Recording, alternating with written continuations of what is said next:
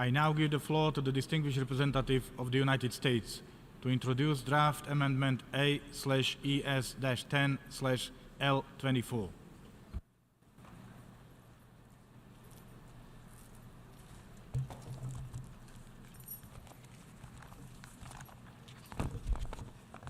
Good afternoon. There are many terrible things happening in the world today, many things that demand our urgent attention. As we speak, protests are taking place in Nicaragua.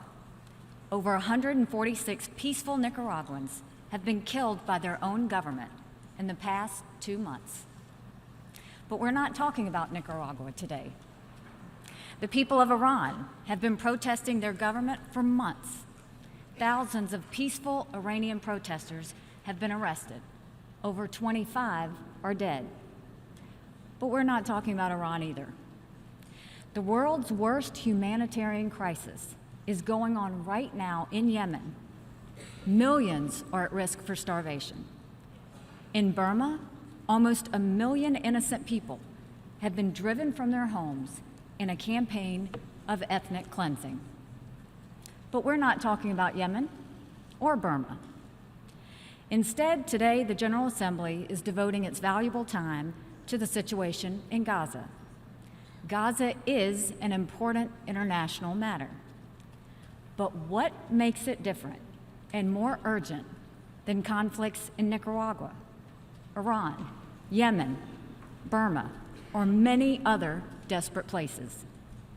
Because we haven't gathered here to discuss any of those urgent issues. The United States would welcome that. What makes Gaza different for some is that attacking Israel is their favorite political sport. That's why we're here today. The nature of this resolution clearly demonstrates that politics is driving the day. It is totally one-sided. It makes not one mention of Hamas, who routinely initiates violence in Gaza. Such one-sided resolutions at the UN do nothing to advance peace between Israel and the Palestinians. Everyone recognizes that. But advancing peace is not the goal of this resolution. I suspect even my Turkish friends know the passage of this resolution won't change anything, but that it looks good for the people back home to think they're doing something. That is pure politics. In fact, this resolution makes peace less possible. It feeds a narrative to the desperate people of Gaza that their leaders are not responsible for their predicament. It stokes hatred. It sacrifices honesty, accuracy, compromise, and reconciliation in favor of the advancement of a narrow political agenda. If we were being honest, we would acknowledge that there are no perfect actors on either side of this conflict. But it does no one any good to pretend that all the blame lies on one side. I wish everyone supporting this one-sided resolution would put as much energy into encouraging President Abbas to come to the negotiating table as you do to falsely imply to your people back home that you're doing something. Israel withdrew completely from Gaza in 2005. Hamas has been the de facto government in Gaza since 2007. This strip of land along the Mediterranean coast has enormous potential. And yet, after 11 years of Hamas rule, Gaza has electricity for only a few hours a day. It has enormous unemployment and poverty. It is a haven for terrorist activity. At what point will the UN actually hold accountable those who are in charge of Gaza and running it into the ground? Instead, this resolution holds Hamas completely unaccountable for most of the recent unrest. It blames everything on Israel, but the facts tell a different story. It is Hamas and its allies that have fired over 100 rockets into Israel in the past month, hoping to cause death to as many civilians and as much destruction as possible. It is Hamas that has used Palestinian civilians as human shields at the boundary fence, seeking to incite violence and overrun the border.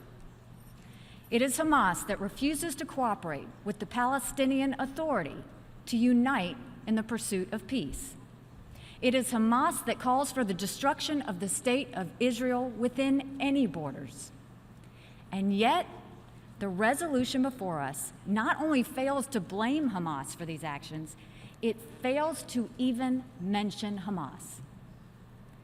This is the dangerous, counterproductive decision the General Assembly is about to take. But there is still a chance for this body to try and right this wrong. We still have the opportunity to salvage something honest from this discussion. The United States is offering an amendment that provides a small step in the direction of balance. Our amendment rightly condemns Hamas's indiscriminate firing of rockets into Israeli civilian communities. It accurately condemns the diversion of aid and resources from civilian needs into military infrastructure, including terror tunnels used to attack Israeli citizens. It justly expresses our grave concerns about damage done to border crossings that are hindering the delivery of desperately needed food and fuel to the people of Gaza. This is a modest amendment that reflects the minimum truth of what is going on in Gaza. It is the least that any self-respecting international organization or nation can do for the cause of peace. To those who are unsure about how to vote, I ask, what part of our amendment is objectionable? Is it objectionable to condemn Hamas for firing the rockets at civilians?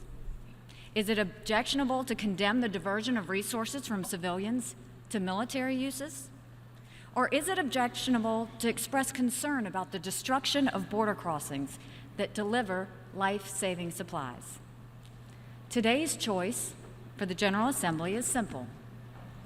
It is the choice between using our time here to advance peace and security or using it to stoke hatred and conflict.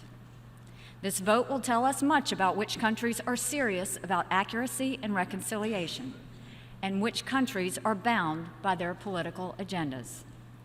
For the sake of peace and for the sake of this institution, I urge my colleagues to support the United States Amendment. Thank you. I thank the distinguished representative of the United States.